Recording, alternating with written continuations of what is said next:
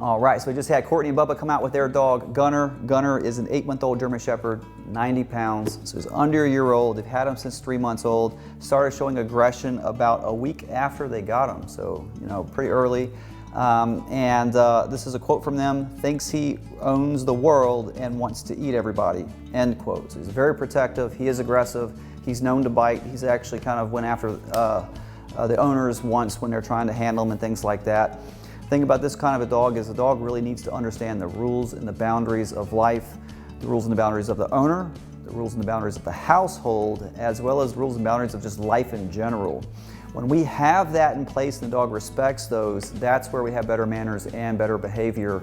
And think about what a rule is. It's a limitation. The dog needs to know that there is a limitation. And for any of you out there that want to ask your dog to do a command, the limitation is the command. So if you tell your dog to do something like a simple sit, if your dog comes out of it, they broke the command. They broke the boundary. So rules and boundaries are key. That's how dogs learn to have patience and calmness and focus and the ability to fit in. And so this is a really great first session, made lots of progress. I had to do a few corrections in there, but working through, midway through or so, we were working with a calm, easier dog to handle, and now everything turned out really nicely. So I'm really liking where this is headed so far for them. I want you to first know right off the bat, because you have the type of dog that we might not delay getting to this topic. And the topic is correcting the dog for unwanted behavior, right? And I don't want you to fear correcting. When I say correction, there are different people have different viewpoints of what that is, but the correction I'm talking about is a punishment, right? It's a consequence to bad behavior.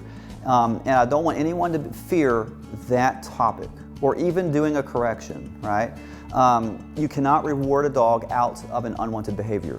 Rewards are there to encourage behaviors to recur and continue to happen. So we use the rewards for all of the good things that our dog does, but like training the obedience, training the commands, that kind of a thing.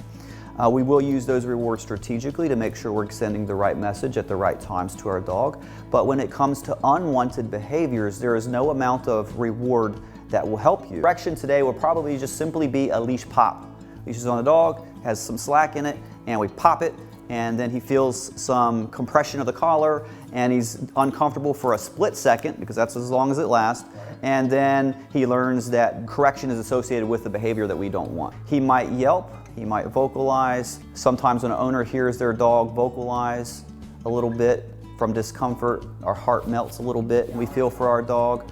And that's okay. It's okay to have an emotional side and care for our dog, but I want you to know that the most compassion we can have for a dog is to help that dog overcome the problem that they have so they can live out their lives without stress.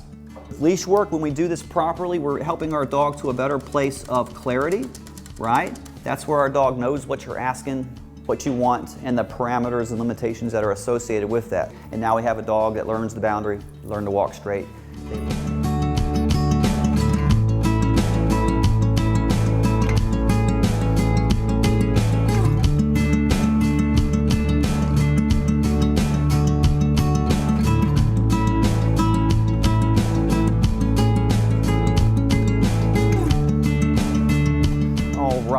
What I want you guys to take note of is as I'm walking, right, my left arm down and relaxed.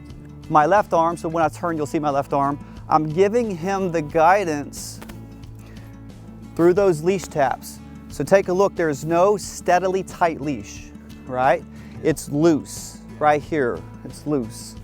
And I can give these leash taps to help him. So if he starts getting too far ahead, I can tap to the rear, right? Now that's not a hard tap, that's just communication.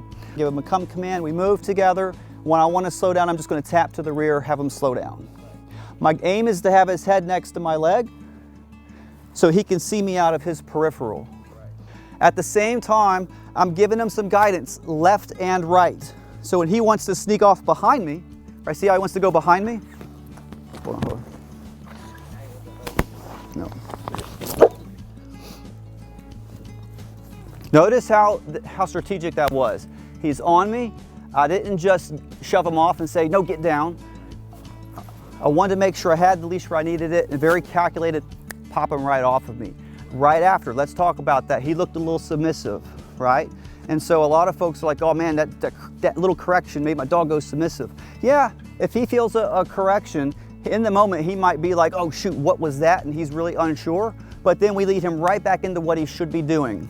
Notice here, there is no talking, there's no yelling. I didn't say, if I bring the heat with a correction, meaning I'm yelling, I'm frustrated, and I'm telling him no, and then I correct him, that's a bad mix. I want the correction by itself to do its work, and I don't want to add anything to it. That's what the leash pop is for. I let the leash pop do its job. I don't have to add any more of the tension, the frustration, the emotion. No, I just leave that all behind, right? And then I lead him to what I want. And now here we have confident dog. It's exactly what we want, right?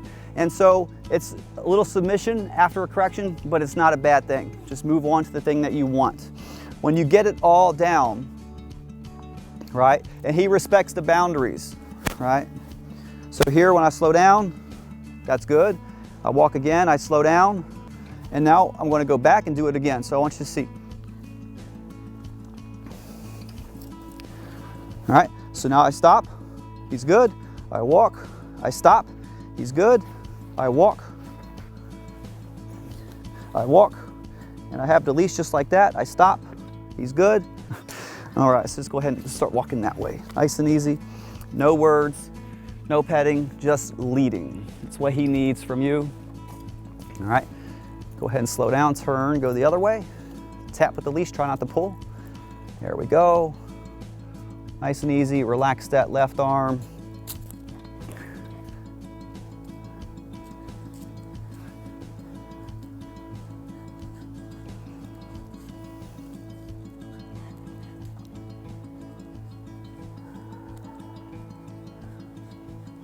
All right, good. And now when you come to a stop, you're just going to tap to the rear.